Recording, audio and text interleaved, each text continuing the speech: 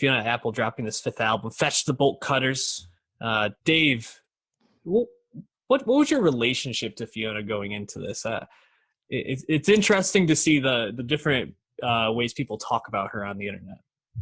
Yeah, I mean that's kind of where I wanted to start too. I think Fiona Apple is someone who, if you weren't exposed to her, you probably weren't going to like know who she was, partially because of her uh, lack of output. This is only her third album in the last 20 years, and she blew up when I was, 3.5 years old. So it's not, she's not exactly someone who's like been in like the mainstream consciousness, mainly because that's how she wanted to be. So like I just kind of knew of like the plaudits, but never really had dived too far in. But I just ran back the first two records, the 90s ones, leading up to this, which both are great. And yeah, she's just kind of a badass, man. Yeah. And that is certainly true off this new one, man. But all the incredible critical acclaim. I think right now it's still the highest rated album on Metacritic of all time at the moment. As Wow. more reviews flow in, that's subject to change, of course. But right now it's the highest rated. Pretty crazy. Yeah, Fiona Apple, in my mind, almost is like this mythic type of figure because her output is always getting acclaim. It's always top notch, but she doesn't have that much output, like you mentioned. So even before this, she hadn't released an album in 8 years.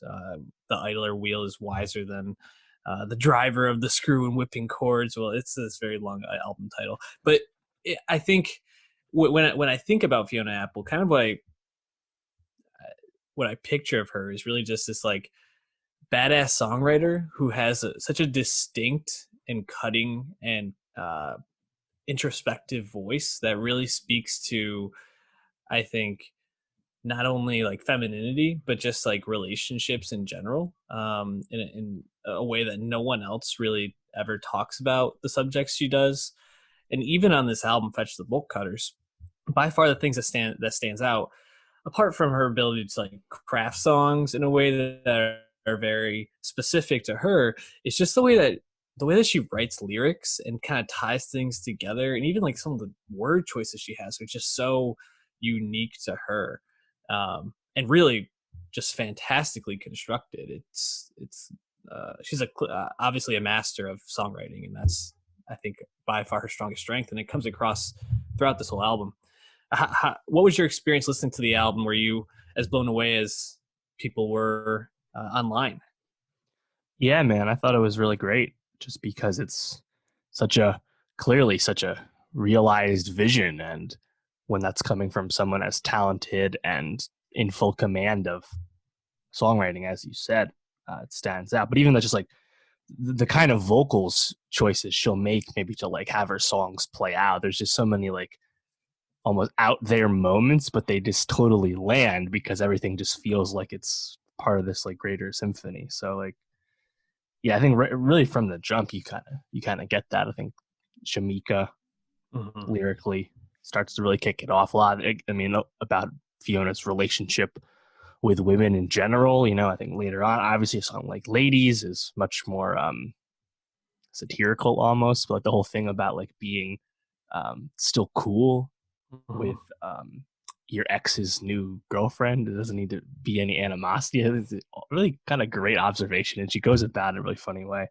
But then there's also some like much darker shit, like definitely like Me Too with Jace. About, I mean, she literally mentions being raped at one point on this, and I forget what In the song that same was, bed but you gave birth in. right, newspaper. So there's a lot here. I think it's something that really requires lots of listens because a lot of the songs have a lot going on. So you really just need to focus on each one of them. But yeah, I thought it was awesome.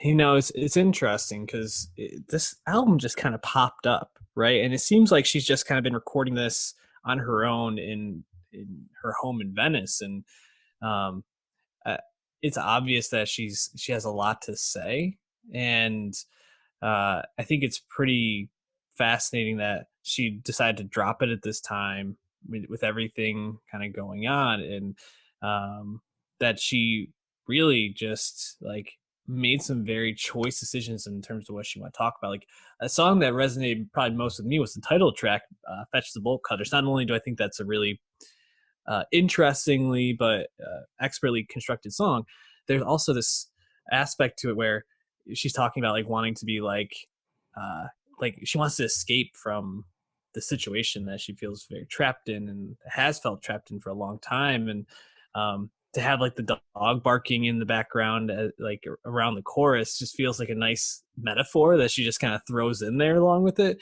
And also to have it drop during this fucking quarantine where I think a lot of us feel very trapped and feel very stuck in a situation we don't really have control over. It just feels like it's such a song of the moment. While also I don't know if she actually wrote it for this moment. It works on so many different levels. Really impressive.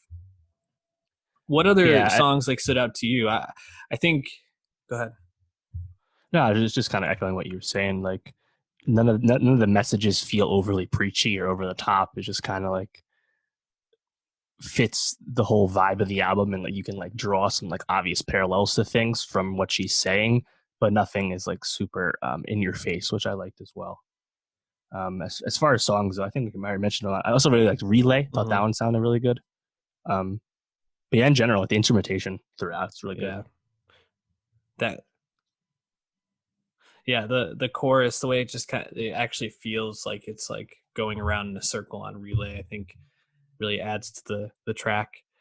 Um, yeah. The thing is that there's no skips on this album, and the album flows together really well.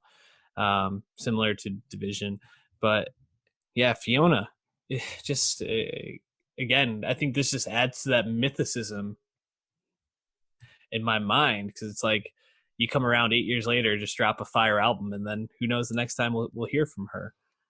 Right. I do have to say, her like public persona really jives like with me. Like she just feels like so like perfectly like uh not a celebrity. Like she posted a video on Twitter where she was like, I got asked to have my song used in something I didn't want it used in, so I said no. And then I was like, wait, what the fuck am I doing? Like, and I emailed them back and said yes, because even though I don't really want my song associated with that, like no one's gonna care, and I just want the money so I can give it away to charity. And I was like, and she was like, if you're Mm-hmm. an artist and people want to give you money for your songs right now, take it and give it away. And I was just like, such like a real thing that like you don't really hear celebrities just like talking about in that way. Like they are usually very protective, and she's like, who cares? Like there's so many bigger things going on. Just really Right. fit with her. So Yeah, I think she cool. recently donated like a year's worth of royalties from Criminal being used, her biggest song being used in TV and movies and stuff. So yeah, I think that's a actually a really smart way to approach it, because you can definitely understand her like kind of like rock star attitude about not wanting to go that way. So I think it just kind of speaks to the overall like maturity and Mm-hmm. low key high mindedness of a lot of the lyrics on this album. And just everything Yeah, really connects and makes sense, and it's kind of cool. And like you said, her persona is I think just as appealing as the music at times. definitely. Fetch the Bolt Cutters, approved by Nowstalgia Pod and pretty much everybody else on the internet. So go give it a listen if you haven't.